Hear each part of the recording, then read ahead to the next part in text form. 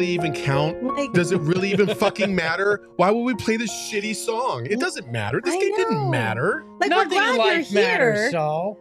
We're glad you're here, but we hate this music right Oh my now. God, This let's is just awful. Cut that shit short. I don't Yeah! know about all that, but I mean, listen, the Phoenix Suns did lose to the Los Angeles Lakers 121-107. But like you said, does it really even count when you sit your big four? no. Does it doesn't- really even count? It doesn't matter. It's the same thing that the Nuggies fans probably said the last 2 times that they played us without their starters. Who gives a shit?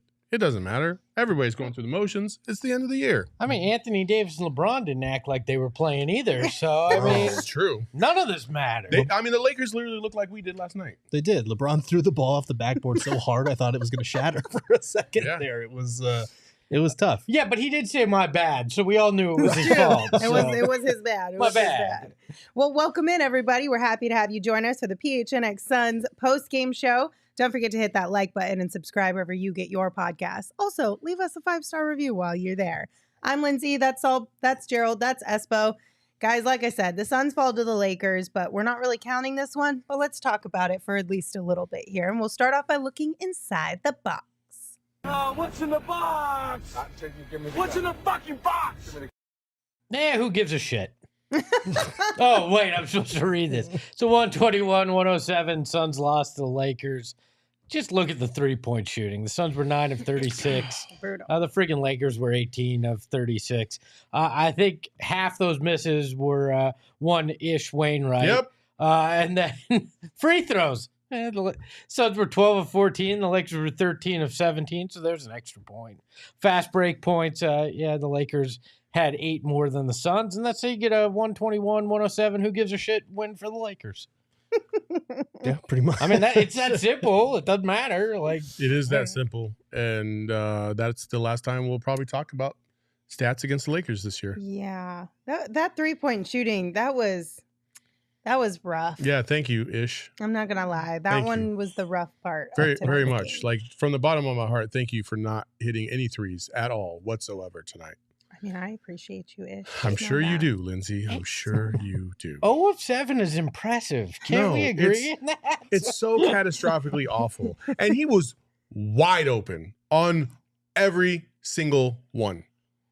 But folks, if you don't know what's going on, I needed the Lakers to win by 6-10. Mhm. And because Ish Wainwright couldn't throw a rock into space, No.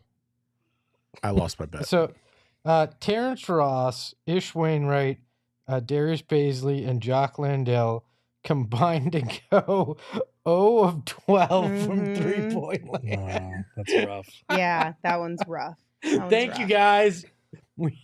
Lindsay and I appreciate you. Love you. All right. We got a super chat from Frank. Thank you, Frank, for your super chat. Said Shamit is so bad offensively, it's not even funny. Yep. You know, everybody struggled tonight, though, shooting. So All of them. Landry Well, Torrey Craig was okay. Landry has gone to the bad place again. Which camera am I looking at? This one? All right. Landry has gone to the bad place again. And the reason why we say it's the bad place is because earlier in the season, when he was in a groove, when he was playing well offensively, he had more arc on his shot. I said it in the midway through I think the second quarter. I was like, Landry's shot is so super flat again. I don't know what happened, but that's bad Landry. You know, as soon as you see the first shot go up from Landry, you could tell whether or not he's in a good rhythm or not. And typically when he's flatlining it, he's rushing a shot. He's going too fast through his own process, and he doesn't give himself much opportunity to really produce. So back to the drawing board once again. Mr. Shamit didn't even come close to 35. Do you know who One led more the game. Suns in plus minus tonight? Landry Shamet. Landry Shamet at plus 9. That's why plus minus doesn't matter for shit. He had 5 assists, 4 rebounds, 3 steals, and that 2 of 9 shooting for 7 points. So Yeah, and the both of the buckets he knocked down were threes. this is 2 true. of 5 from deep, too. Mhm. I don't know. I mean, that's kind of like, I know, Gerald, you were looking forward to this game to see who kind of stepped up, Mhm. who wanted to earn those extra minutes. But it's got to be tough when you take out 4 of your key players. Yeah, You know absolutely. what I mean? Things change. They definitely do. Like, these guys are used to being complimentary guys. They're used to being stuck in the corner, cutting off the ball, and tonight they were asked to create and do a lot more than they normally are. But yeah, I thought, like, all things considered, the big thing that's looming overhead has nothing to do with the game, obviously. But I thought they fought and they made the Lakers work for it, and that's all you could ask from a group that's missing its 4 best players and TJ Warren on top of that. And yeah, I was okay with the effort, and they just couldn't hit shots. That's all. Yeah, I mean, they led for a large portion of this game, which floored me. You got to I give them couldn't credit believe for it. that at Yeah, least. Yeah, Right? these guys at least put forth effort. I mean, more so than a lot of us thought. So Yeah. They were fantastic tonight. Honestly, if Biyombo and Payne don't get hurt, they might win this game. Like, very much. So I thought they were playing very good, and I would disagree a little bit. I understand that they're all role players, but they all know how to play. Especially most of those, I would say a majority of those guys come in when Monty was doing the platoon system for the longest time. So they know how to play without the stars on the court. And they took advantage of that. And that's what you wanted to see. You want to see them take advantage of the opportunity they got tonight. A lot of them did. I thought Jock, Torrey, numerous guys really did play up to speed. It's just, sometimes things happen and you get guys injured and things kind of fall apart a little bit after that. Can I hand out a quick flower petal? A pedal? Just a petal. Saban Lee for trying to end Austin Reeves.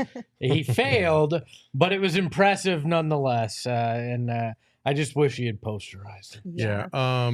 Zane in the chat, Zane1231 says intentional injury by Davis, threw his knee up and then grabbed Biyombo's arm with both hands to throw him down. I completely disagree. I don't think there was any intent on AD's part to try and injure Biyombo in any way, shape, or form. And as soon as he saw Biyombo on the ground, he came over to see if he was okay. These guys aren't trying to get anybody hurt, especially considering the fact that the Lakers are also like trying to just coast to the end of the season. Like nobody's out there trying to get anybody hurt. So I just don't see that. Unless you guys saw something different. Anthony Davis ain't making contact on purpose with anybody the way that guy gets injured. That's true. Mr. Glass ain't trying to smash into anybody. Yeah, so the unfortunate part of tonight's game was that we had 2 injuries happen to Suns players. Bismack Biyombo kind of seemed like it was knee-to-knee contact there. And then Payne also took a kind of a nasty fall. Hurt his lower back is what the Suns had said. He hurt his ass. He bruised his tailbone. Let's call it like it is. Listen, it's butt I'm just soreness. going based on what the team has said. Lower back and soreness or injury or something like that. Yeah, I mean, that's obviously the biggest thing out of this game, unfortunately, is they were resting key guys to avoid injuries, and they got 2 to a couple key bench players. It's just unfortunate you can't control that sort of thing. Payne's, I'm hoping, is just a precaution because he took a fall and it was hurting. He seemed to be moving fine after that. He closed the first half and then didn't come out for the second. So hopefully that's just a playing it safe type thing. Let Saban Lee get some minutes in a meaningless game. As for Busy, he was kind of writhing in pain on the ground and it did not look good. It's better that it's a contact injury, honestly, than a non-contact, but we're just going to have to wait and see what the diagnosis is there. The good news is, like we've talked about, Jock Landale played really well off the bench tonight. We know that he can hold down those backup center minutes if need be, but obviously you would like to have your full complement of guys, and hopefully it's not serious for either one of them. Yeah. A knee-to-knee contusion, I guess. Hopefully that's what it was. Somebody in the chat just said that Monty said, "Thank goodness" or something like that. So I don't know. So Dwayne Rankin of AZ Central tweeted out, Monty Williams is thankful Bismack Biyombo and Payne had quote impact contusion type injuries. Okay, that's good news. Yeah, that's great news. One of the things that obviously they do when they're testing your knee is they kind of prop it up with your foot flat on the ground, and then they wiggle it or like kind of prop it forward to see if there's any give. Which would mean like it would indicate some type of ligament damage, usually your ACL. So if they did that and it was still intact, everything seemed firm, just a lot of pain because, knee to knee, then that's the best case scenario especially when you see somebody like Biyombo, who's a really tough guy, go down and be writhing in pain like that. So hopefully it's no big deal. They got a week off after Sunday and hopefully they can heal up and be ready for game 1. Well, and it's not like Sunday is a meaningful game either. So it's not like you need Payne or Bismack Biyombo to play in that game. No, they either, won't. So. They won't. Yeah, Saban Lee getting 42 minutes. Yeah, on you have Sunday. plenty of time, thankfully.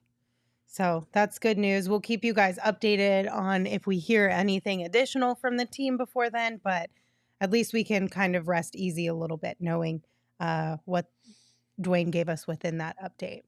All right. One other sad part about tonight's game was that all three of us lost our bets yet again. Surprise, I'm surprise. used to it. It has gotten very difficult to bet on the Suns this last week of the regular season.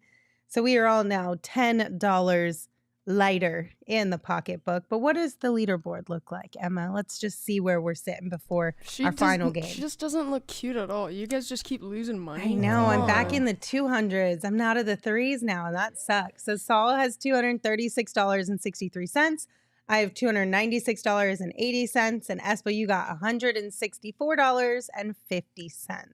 I'm calling it a loan, though. I'm going to get some extra money to bet on Sunday. Oh, you think so, do you? So obviously our competition comes to a close on Sunday. We're doing it Jeopardy style where we are keeping our bets a secret for that game and we are allowed to bet as much as we have in our account. So you don't have to, but you can. It's up to you. So it'll be kind of fun to see what shapes up on Sunday. It's going to be wins. very, very interesting. Yes. Oh my goodness. Okay. Well, if you haven't signed up for the BetMGM sportsbook yet, you absolutely should. Make sure that you use that bonus code PHNX when you sign up, and you're going to get $200 in bonus bets on your first wager with BetMGM. So here's how it works. You just download the BetMGM app, and again, you sign up using that bonus code PHNX. You place a pregame moneyline wager in the amount of at least $10 on any market at standard odds price, and you will receive $200 in bonus bets instantly, regardless of the outcome of your wager, which is actually really helpful this late in the season. No matter what, you're going to get $200 in bonus bets. Again, just make sure you use that bonus code PHNX when you sign up. Now listen to Shane talk about the disclaimer. Disclaimer, 21 plus to wager. Visit BetMGM.com for terms and conditions. U.S. promotional offers not available in Washington, D.C., Mississippi, Nevada, New York, and Ontario. Gambling problem? Call 1-800-GAMBLER. Colorado, D.C., Illinois, Indiana, Louisiana, Maryland, Mississippi, New Jersey, Ohio, Pennsylvania, Tennessee, Virginia, West Virginia, Wyoming. Call 877-8-HOPE-NY or text HOPE-NY 467-369, New York. Call 1-800-NEXT-STEP, Arizona. 1-800-522-4700, Kansas, Nevada. 1-800-327-5050, Massachusetts. 1-800-BETS-OFF, Iowa. 1-800-270-7117 for confidential help, Michigan. Weekend is just around the corner. I'm sure everyone's going to be out and about, whether you're checking out the last Suns game of the season or Easter plans or what have you. Make sure you have snacks along the way. Everybody knows when family time is involved or you're really busy on the weekend, snacks save the day. The best place to get snacks are, of course, Circle K. We love Circle K here at PHNX, whether it's for coffee, beer, the snacks, premium gas, or a delightful Polar Pop that stays colder longer. You can get everything you need at your local Circle K. So make sure you're not missing out on all that great stuff. Head to circlek.com/store-locator to find Circle K's near you. Another pro tip. If you forgot to get an Easter basket or something and you need to run, they're to open get late. Open late, open Yes. early. You can always get what you need. Open late, there. open early. So- I guarantee you'll be able to find at least like the Reese's in the Easter packages 100% of the time. You could even get eggs there. You can. At some Circle K's, you can get eggs, and you can be like, "Hey, we're gonna have an Easter egg You could with be, these plain eggs." you could be the cool parent and be like, I got like all these sodas that we hit around the house instead of eggs. Exactly. Enjoy. Like, Not too so. bad. All right, let's hand out some flowers. Our flower crown tonight is going to go to Torrey Craig. Congratulations. Torrey Craig finished with 18 points, 6 rebounds, and 4 blocks. Yeah. Yeah, it was kind of nice. Yeah, he was fantastic tonight. Again, like, I don't know if he just gets rejuvenated just being on the bench and saving those extra couple minutes, but the old Torrey is back, which has been great to see. He's got some bounce in his legs. He's got some enthusiasm. The energy has been infectious. Like, he's playing at a very, very high level, which is fantastic. There was a stretch there where he was just kind of taking over the game. Like, it was fun to watch. Everybody loves Torrey Craig. I mean, how can you not? Yeah, you're going to need that guy that we saw tonight out there in the playoffs off the bench. I mean, he really can do it all. Yeah. Like he was in music videos, and now he's doing this. Like it's been fantastic. Yeah, I love the confident shooting from three. That's going to be key for him in the playoffs. He can't hesitate. He was even hitting like some step back shots in the mid range a little bit. So he's been watching some of his son's teammates, but that's kind of one of the small silver linings of a game like this is let these bench guys who are going to be called upon to take a limited number of shots and make them go out there and get a couple shots up in a game like this. Didn't Torrey Craig LeBron early in the game He too? did. Oh, yeah. Torrey Craig was like, LeBron who? There were back-to-back possessions where Busy hit a hook shot over AD and then Torrey Craig bodied LeBron to the basket. I was like, what the hell is going on here? I loved it. It was probably my favorite part of this whole game. Yeah. But I'm so shocked that Torrey Craig can handle the abuse that he takes night in and night out. Like that guy is, if you want to talk about somebody being built different, it's Torrey Craig. Oh, he's old school. the way Like, he's yeah, playing. insane, complete insanity. So congratulations, Torrey. Also, we got to give a flower to Jock Landale, our guy. He had a good game tonight, and especially with Busy going down, Jock had to fill in those extra minutes, and he finished with a double-double tonight, 17 points and 10 rebounds. He also had 2 assists in there as well. Cool. Okay. Moving right on. He did. I mean, That is factually yeah, correct. It's accurate. Yes. Damn. I didn't know what to say. I was a little stumped. I don't know why I was. I Yeah. just was like, I have nothing to add. I'm sorry. No, I mean, like I said earlier, Landale has proven that if you give him minutes, he will produce for you. He's been a guy that if he plays upwards of 15 to 20, he can get close to double-double territory. So, and efficiently too. You know, I know he missed a couple of open jumpers, and that's something that in the playoffs you would love for him to be able to knock down 1 or 2 of those to spread the defense even further. But he's good at punishing switches. He's good at operating down low. He runs the floor hard. He has a great motor in that way. So I obviously it's great news that Busy hopefully is not going to be out for too long. But even if he is, you feel confident that Jock can at least produce when he's out on the floor. I'd argue there's certain matchups this playoffs that you should be having Jock be your backup regardless of Busy's status. I mean, you see he can crash the boards, he can score, and at some point I think you're going to need some of that offense from that position more so than Busy can give. So it's good to see, even though he hasn't played major minutes in a handful of games, that he can still go out there and show up when called upon. So Jock has got one thing he's going to have to work on this entire offseason. One thing, and that's shooting from the perimeter. Because you just can't help but feel that if he could shoot from the perimeter consistently, he would get far more minutes than he does because he'd have that versatility to be able to pull the defense outside and open up the lanes. And I mean, could you imagine this? You saw a little bit when Kevin Durant first started with the Suns, how things kind of opened up. They really liked playing with each other. You haven't seen that so much lately, but overall tonight, yeah, Jock was fantastic, and he always plays hard. He always plays hard. He does. You know, and I think that's something that Jock can figure out this offseason because he did, when we first talked to Jock, didn't he tell us like he basically taught himself how to shoot threes? Like he knew coming into the NBA that needed to be in his bag. So he went and he focused and put all of his energy into learning to shoot threes efficiently. So I don't know what kind of has changed this season or if it's maybe a little mental. Did you look But at he'll get back to Did that. you look at YouTube videos like Embiid? Maybe, I don't know. Did I you hear don't what remember. Embiid said? That he taught himself to play No, he no, said no. he to just shoot. Yeah. he just looked up YouTube videos of white guys shooting threes. That's He what I actually didn't know that was He the said he fact. legit The headline I searched saw was That's he what he taught researched himself how to to shoot. shoot threes. Yeah. That's hilarious. I think for Jock it is a little bit mental though because he hesitates. Like he was open at the free throw line at one point tonight, and he hesitated before he took the shot. And I think if he just was fluid with it and just went ahead and shot, I think he'd be better off. So some of that's got to be the inconsistency in minutes too. Probably. So. All right. Okay. Gerald, Yes. are we playing the Clippers in the first round or nah?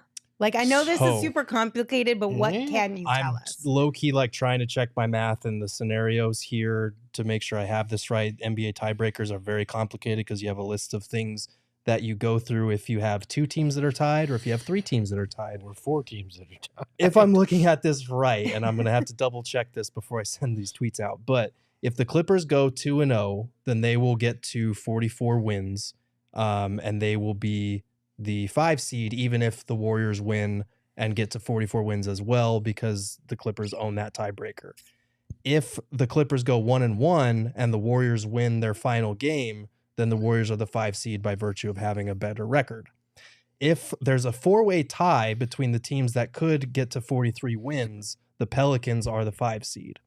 If there's a 3-way tie between the Clippers, Lakers, and Warriors at 43 wins, the Clippers get the edge in that 3-way tiebreaker. If it's a 3-way tie between the Warriors, Lakers, and Pelicans, the Pelicans are the 5 seed. And if it's a 3-way tie between the Warriors, Clippers, and Pelicans, the Pelicans are the 5 seed. Okay, can I just say this? And this may sound crazy. The Pelicans, I don't want anything to do with, especially the fact that Zion might be back for Well, I mean, a series. his timetable is it got he extended. doesn't He's have out a for the timetable, play-in, so at he's least, out right? through He's at out least for the the play-in. play-in. That doesn't rule him out definitively, but it's not good that he's not.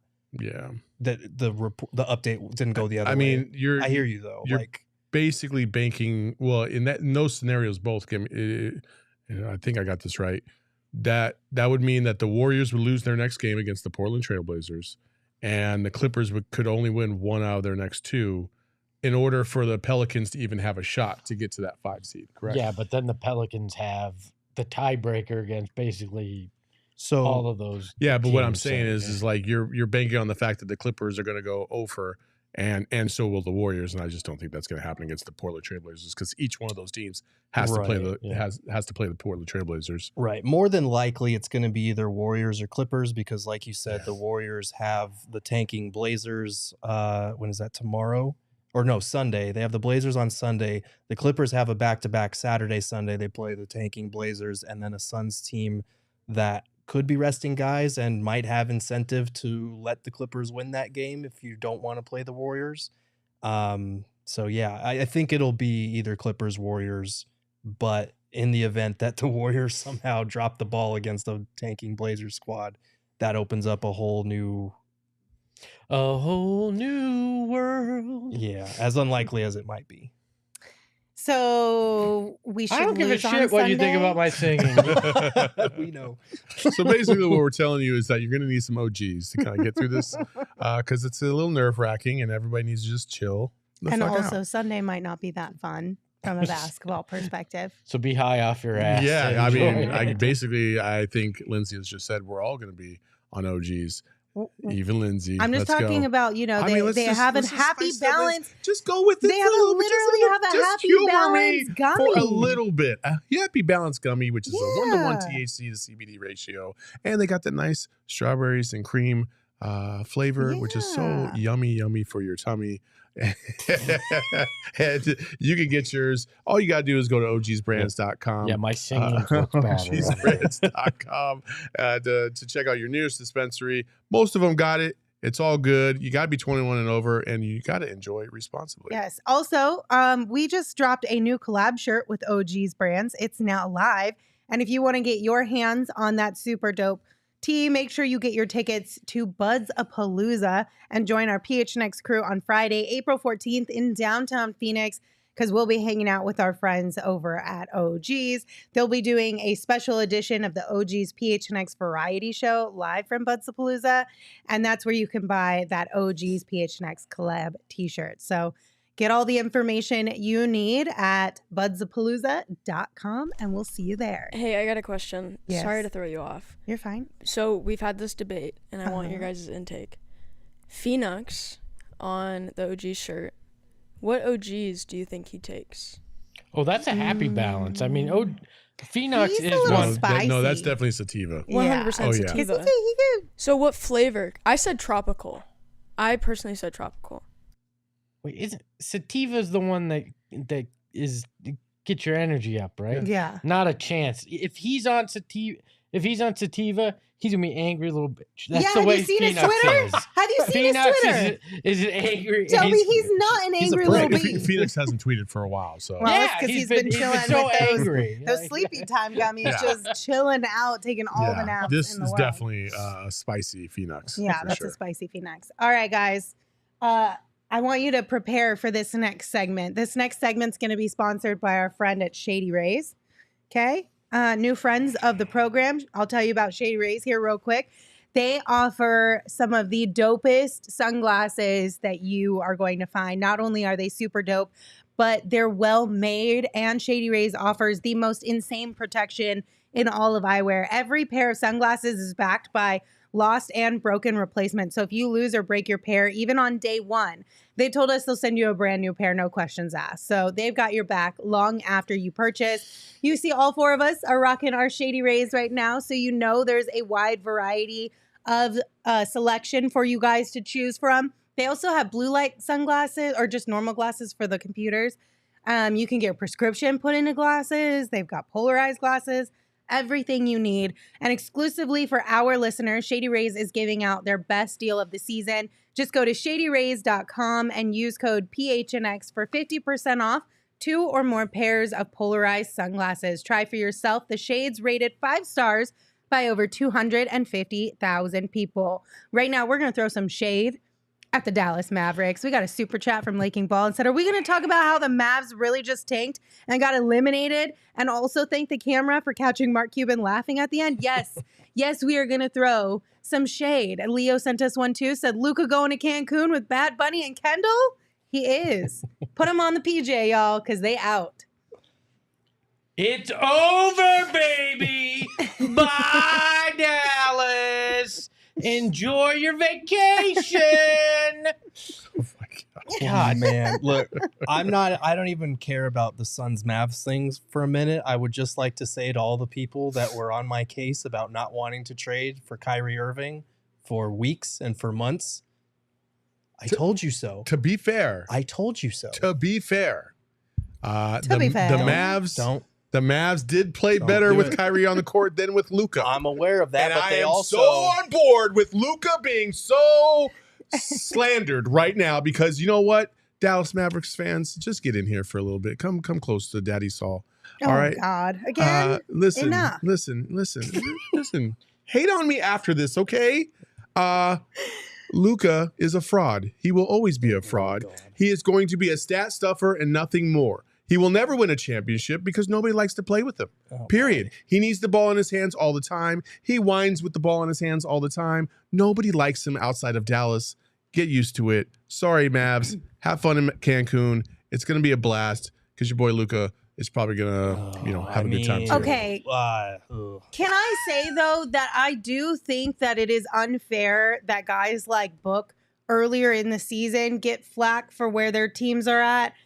I think Luka does deserve He does. to shoulder a lot of the burden of this whole thing and the responsibility of them missing the playoffs. Now, granted, did the organization make the decision today to hold a lot of their players out? Sure, but you don't miss the playoffs in one game. No. I'm just saying, if as I mean, an it all-star, Luka is an all-star, right? He has to have some responsibility for where they ended up this Oh, year. yeah, 100%. he absolutely does. Like Saul mentioned, the splits with him and Kyrie on the court were positive. With Kyrie and him off the court were positive. With him on the court and Kyrie off were negative over the last 2 months or so. But they also went 9-17 after they traded for Kyrie. So I mean, look, I said it when they made the trade. I said, I don't think this team is going to be as good as people think. They're going to look at Luka and Kyrie, and they're going to forget about the defense that went out the door with Spencer Dinwiddie and Dorian Finney-Smith. This team was atrocious defensively. They don't know how to build around their best player. And now they're looking at a situation where they're going to have to overpay to keep an injury-prone headache off the court who has not meshed that great with the superstar and what they're trying to build. So, Yeah. look, good luck to the Mavs on that one. That's tough. I'm not going to say anything about Luka specifically because guess what? He almost single-handedly sent our asses home in the midst of our best season last year. But that was last year. But it's kind of funny. It's kind of funny the way this happened. I'm Guess just gonna what? say that. You don't have to say anything about Luka. because I will. Join me back over here, all right? Where's your Messiah now, Dallas? no. Oh, That's God. right. Oh my He's God. a fraudulent MVP candidate. Can we say it? And Luka's a hoe. That's a fact, Jack, because the Dallas Mavericks are the most fraudulent team in the NBA. Suck it, Mark Cuban. Suck it, Luka. Get the hell out of here. Gerald's like, I wish this was a solo shot here, Yeah, but I'm like- I'll just I mean, smile listen, to I laugh along. I know Gerald's not here for the Lucas slander. I know this. I appreciate that he's trying to take the high road on this, but fuck Luka. I mean, and all those Mavericks fans that were, listen, Devin Booker got slandered for the first couple years of his career for not getting to the playoffs, for not, getting to a championship, blah, blah, blah, blah, blah, right? Mhm. Devin Booker does it, and he still gets slandered. You know why? Because the guys like Luka, they get all this hype, even though they don't do shit. They had one good run last year. I'll give them credit. They beat our ass. Can't do anything about that. But this year, you come back, you lost a couple pieces like Jalen Brunson, and you lost Dorian Finney-Smith, and you lost Spencer Dinwiddie. Major pieces to a team that went to the Western Conference Finals last year, and you got Kyrie Irving back. You reap what you sow.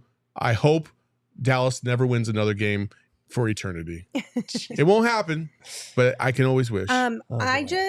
I think it's really funny that Mavs fans are mad at Suns fans today.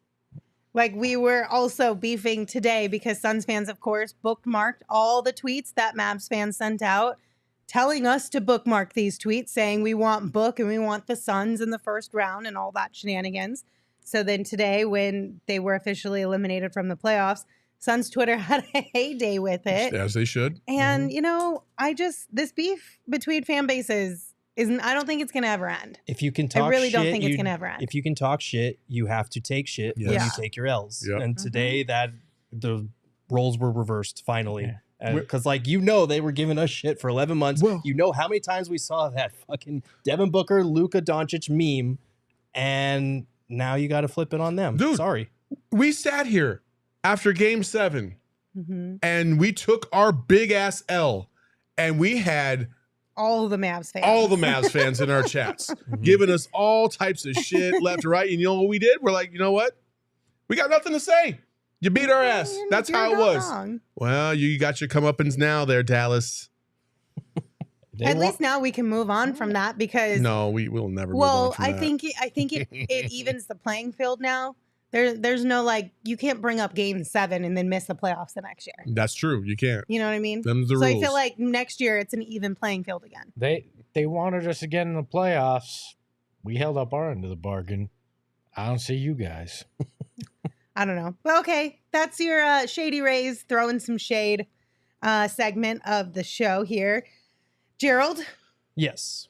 you got some breakdowns for us? I do indeed. I should probably take these off. I now know, that right? We're done Like, with the segment. As much as I like these glasses, I feel like I can't see out of them in this I'm dark. going to keep rocking them. Yeah, so obviously there's not a lot to take from a game like tonight's game when it's all mostly bench guys, but this is something we saw down the stretch against the Thunder a few games ago, and then again against the Nuggets the other night. It's something I've alluded to a few times and written about at Go PHNX, but I wanted to take a look at some of the sets that the Suns run down the stretch, specifically their double drag action, and how they're able to get a different result every time. So this is the first of 3 straight sets that they ran of double drag, or what's called a 77 action, where 2 guys come up near the top of the key to set staggered screens for the ball handler, with 1 guy in each corner to space the floor. So on this one, Chris Paul being defended by Reggie Jackson, Devin Booker setting the first screen on Jackson to Paul's right,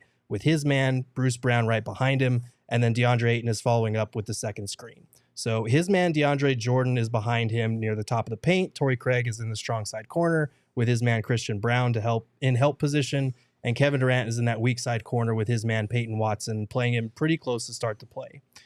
So after the first screen, the Nuggets switch Jackson onto Booker, and Booker pops out to the 3-point line. Paul comes off the screen to his right.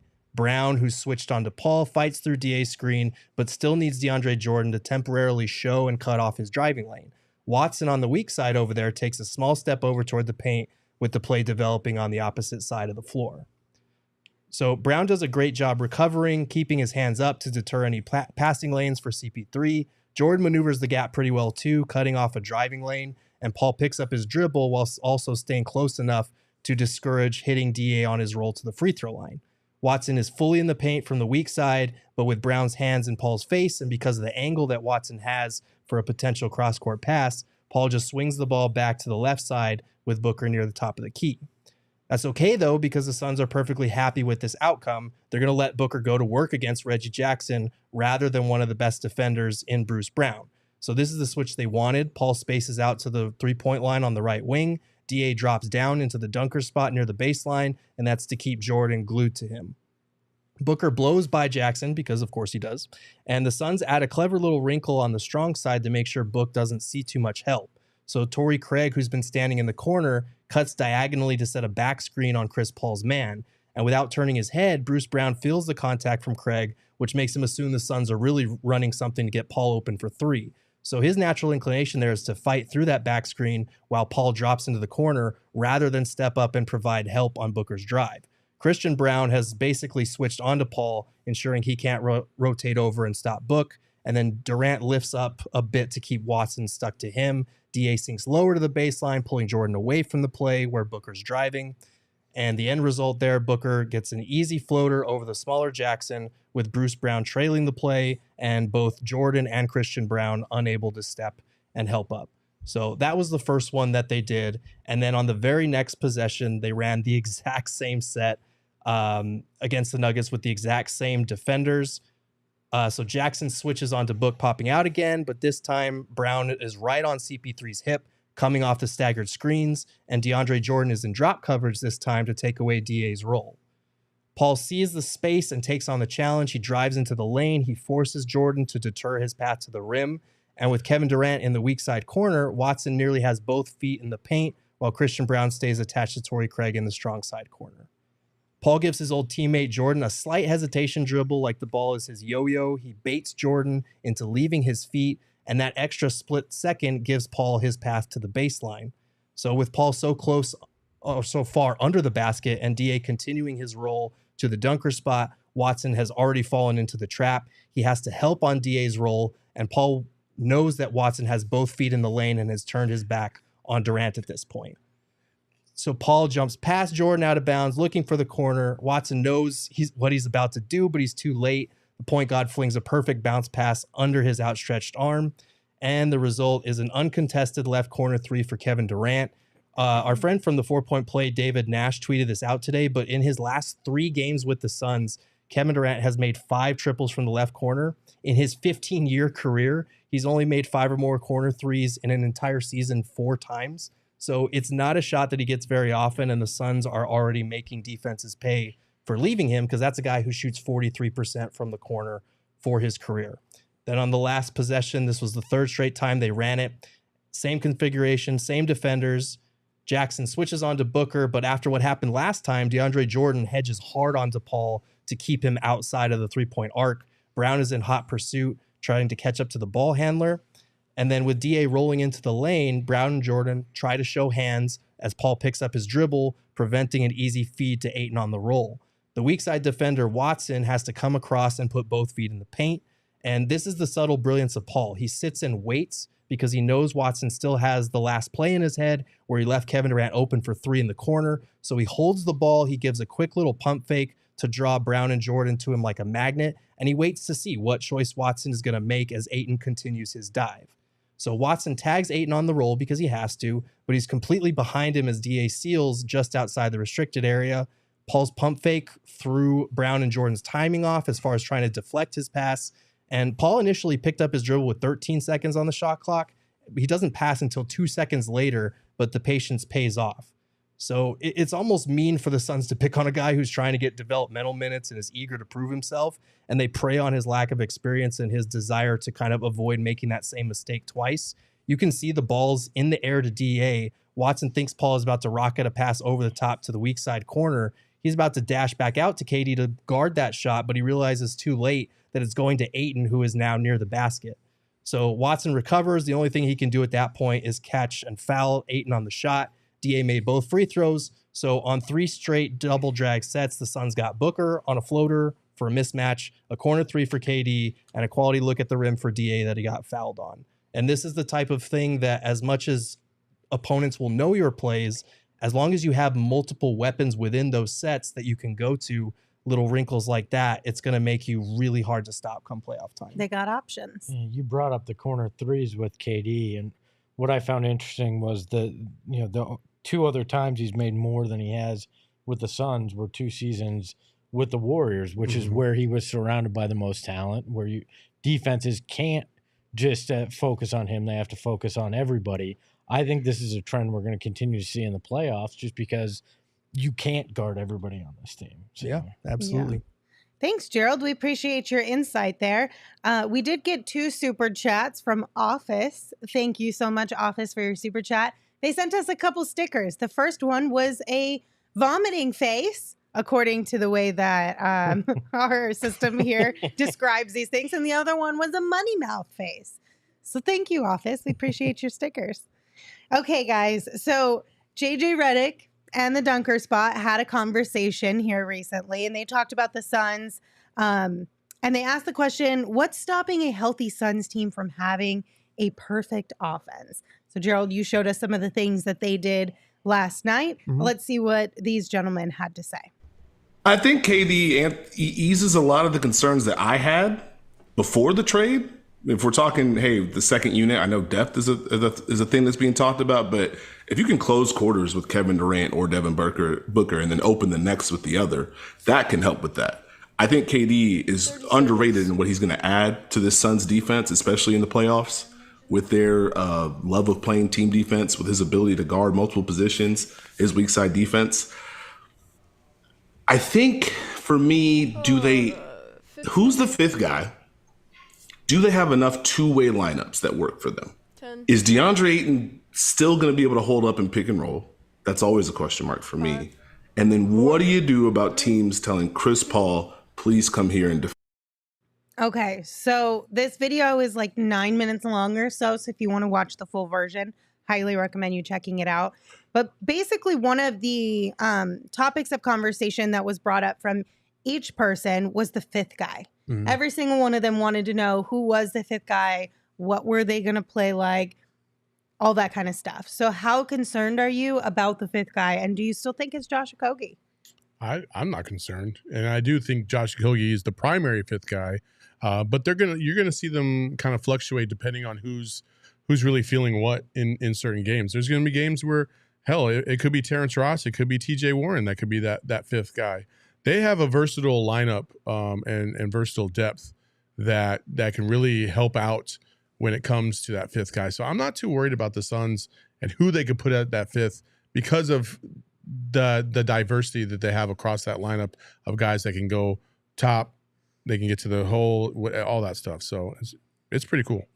Yeah, I think Josh Okogie's the starter. I mean, I know that's not what they're talking about as the 5th guy. They're talking in different lineups, but I think Josh remains the starter. And then, yeah, Monty will go with the hot hand depending on what's going on and matchups. I certainly think that will. He also mentions, do they have enough two-way lineups? And I think with Torrey Craig moving into that second unit and out of the starting lineup, obviously tonight that wasn't the case, but in most of these rotations, I think they're going to have more than enough two-way lineups now because he adds that defensive prowess on that second unit. And if Bismack Biyombo is okay and that knee contusion doesn't keep him out when it comes to the playoffs, that's another defensive-minded guy that can play in that second unit. I think they're fine in both the fifth guy and in the defensive lineups as well. Yeah, I think I'm less concerned about the 5th guy from a starting standpoint as I am a closing standpoint. I think we've seen in recent games, obviously you can't take too much with some of the opponents we've had, but like Josh Okogie has kind of gotten phased out down the stretch a little bit, and they've gone with Torrey Craig because I think Okogie, he's shooting like 31 or 32% from 3 since the start of March. So that has kind of trailed off. Craig is a guy who, even though he doesn't seem as trustworthy, he's shooting a career high, nearly 40%. So I think down the stretch, Craig can do not as well as Okogie with the athleticism and some of the defensive plays, but he can still hold his own defensively. He crashes the boards a lot like Okogie does. And so he might be the guy who gets the nod down the stretch as that fifth guy. Either way, you're going to need one of those two to hit shots to be that guy. And I think that's where Monty has some leverage or some flexibility to look at his players and say, okay, do we need offense? Let's try Terrence Ross, or let's try somebody else, as opposed to a defensive-minded guy like Craig or Okogie. And I don't mind Craig closing out games. I think part of the problem with him starting was he was playing so many minutes. But if you're playing him that 17 to 20 minute mark, that like we've seen with him coming off the bench, but he's closing out a game, I'm fine with that because he operates in those bursts, right? He's not a long stretch guy. I'm going to give you everything I got in a 5-minute span, and I'm okay as long as you've kept those minutes in check, and he can give you that all-out effort in those final moments. And as Charles mentioned in the chat, Josh does a good job of drawing fouls. So even if he's not missing, he can still impact the offense by cutting, by crashing the offensive boards, and by getting the free throw line. He had 8 tonight. He had 6 the other night against Denver. So that is one way he can make up for that lack of shooting if he's not hitting. Well, Jeremy hit the nail on the head. Josh got to get back to that knockdown 3-point shooter status. Yes. We need that Josh Okogie back in the mix. Like, sir, it's still 2023. What are you doing? We had already all collectively decided 2023 was the year of Josh Okogie knockdown 3-point shooter. Did we all collectively decide? Yeah. I decided for us. Okay. You guys are on board, whether you want to be on board or not. I'm on board. I don't want to be on board with something bad right now. It's not bad. It's a good thing. If Josh Okogie is a knocked out 3-point shooter, that is not bad. But he's not. That's But he's the gonna problem. be. If you speak it into existence, you gotta actually believe it. You Saul. just have to believe. It's Stop like being so negative, Nancy. It's like Tinkerbell. Exactly. Exactly. I can Okay. fly. You just have to believe for it to exist. All right. So another topic that was brought up was DA in the pick and roll. Does that concern you guys? No, not really. This will be something I'm writing about for next week, but there are counters to that. Teams are going to go drop coverage because if they're going to give something away, it's going to be DA in the mid-range because we know if he catches the ball with space, he's not going to put the ball down and go to the basket. So it's not something that concerns me. It is something that they'll need to be smart about. And if he just hits his mid-range jumper, then it's a problem solved. He's been worse on that. He's been worse on his hook shots this year compared to last year. So those are areas that hopefully he'll be getting back to playoff DA soon. All right. And then the final thing that was mentioned that we'll discuss here is Chris Paul defense. And they said, you know, when other teams challenge Chris Paul to defend them, do you have a concern with Chris Paul's ability there? I have concerns of his ability to get worn down because of the amount of defense he's going to have. They're going to challenge him to play. I do have concerns about that. We've seen him wear down before. Now, again, it really feels like maybe he rope-a-doped everybody this year. So maybe he's got enough in the tank to get through the playoffs. Listen, I think one of the things that maybe we didn't take into account for is he was in the league 19 years and he's tried it every which way. And I think this year maybe he came into it with a completely different mindset, with the goal in mind that I just got to get to the playoffs. And once I get to the playoffs, if I'm at full strength and speed, then I can put it all out there. And the way he's been playing down the stretch, especially shooting the ball and really not focusing so much as of being the facilitator that he is, and more of like, okay, the defense is giving me, I got to take this. Because if he doesn't in the playoffs, it's actually a bad play because they're giving you wide open shots. If you're Chris Paul, you got to take those wide open shots.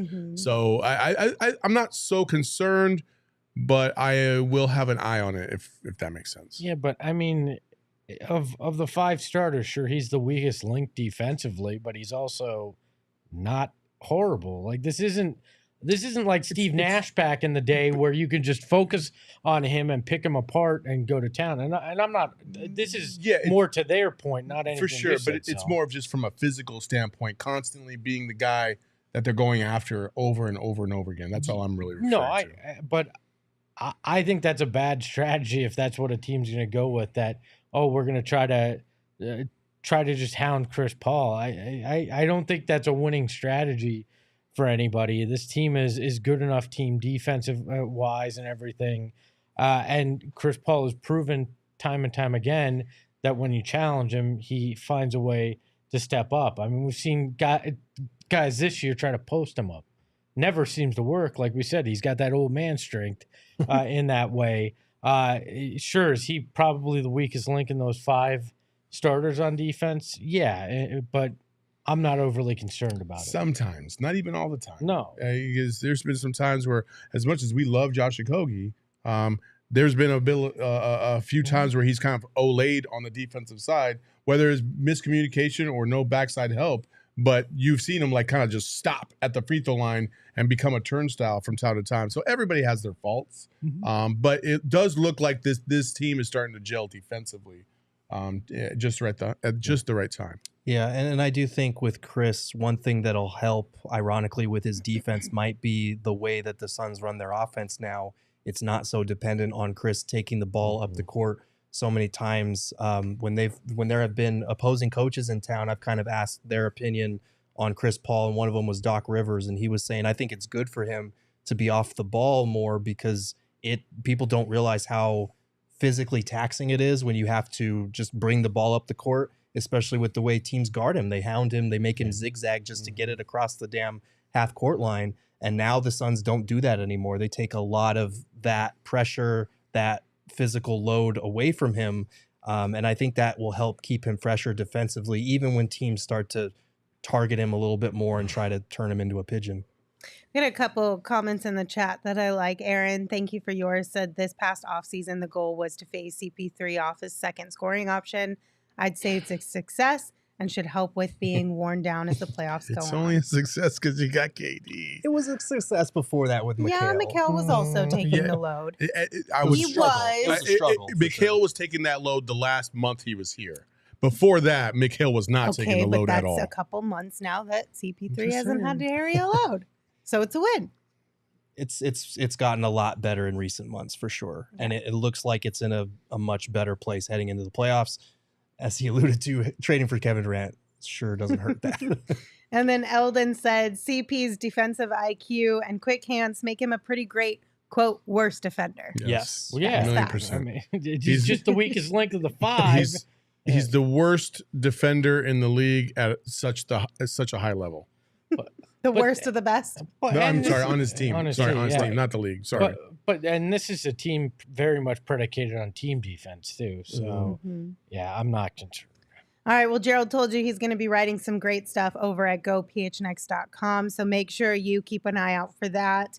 And also, while you're over there, take a look at what becoming a diehard will get you. I'll tell you here, but look at it actually like on the website, because then you get all the information at the exact same time. If you have any questions, you can always see everything that's available there. But like being a diehard is super cool because you get access to Gerald's newsletter, which comes directly to your inbox. And that is specifically curated content just for you. And if you are also a Coyotes fan or a Cardinals fan or whatever fan of any team that we cover here, you can also get on that newsletter list as well. You get a free shirt upon signing up. You get discounts on our merch. You get discounts on our events. We just had a takeover last night. If you were in the chat last night, you saw the pictures from that. You get discounts on a whole bunch of stuff. You also get access to purchase an exclusive diehard members only jacket. And you get this cool like box thing that gets delivered to your door when you sign up with a members only card. Yep. Which is pretty dope. So there's a lot of cool reasons that you would want to become a diehard. The Discord is probably one of the biggest ones. Oh, yeah. I think the Discord is super fun. Everyone in there is so kind, so nice, always sharing all types of things. I've never had a bad experience in our Discord. Sometimes. On the Suns one? We've had to slap some hands here and there. Well, I missed those messages. All of my experiences have been positive. But check it out. Go phnx.com. Or if you're looking to pick up merch before the playoffs, you can find all of our merch at phnxlocker.com. The most important thing is that you're surrounded by a community of people that love your team as much as you do. That's the biggest thing. You got to come aboard. You got to be part of our community because what we do is unlike anybody else. This literally does not exist anywhere else outside of like your Facebook group pages and all this other stuff, right? Yeah, but we make the digital come to life. That's what we do here at PHNX. Exactly. Also, I want to remind you guys, there's a lot of fun stuff happening in April. Obviously, Suns in the playoffs, and every away playoff game, we will be hanging out at BetMGM Sportsbook in Glendale. But also on the Cardinals side of things, the NFL draft is happening on April 27th. And that is going down at 4 Peaks 8th Street Pub with PHNX Cardinals. We're going to be out there. The PHNX Cardinal guys will be doing a live show throughout the draft, giving you real-time coverage and how it affects the Cardinals, so you get it from a local perspective. You can register for free in the link in our show notes to take advantage of beer specials, but it's going to be a good time. 4 Peaks is a great place. The beer is fantastic. The food is amazing. You do have to be 21 years or older to enjoy the beer, and we ask that you enjoy responsibly. But again, April 27th, the NFL draft is happening at 4 Peaks down in Tempe. So don't miss out on the action. Johnny Venerable, Bo Brock are going to bring you the best coverage in town. I don't care what other places will tell you about being football this and Cardinals that. Except no substitute. These guys are the real deal. They're going to give you the best coverage. They're not going to blow smoke up your ass about things. They're going to tell you like it is. So get out there, be out there for the draft party, and support these guys. All right. Emma, you got a producer surprise for us? Oh, wait. Before she does that, Charles Woodall Pike is right here. Happy birthday. It is his Yes. birthday. Happy birthday, Charles Charles. Woodall Pike. An OG PHNX diehard. That's facts. Like literally one. one of the first 10. Yeah. Yeah. Happy birthday. All right, Emma, what you got for us? All right.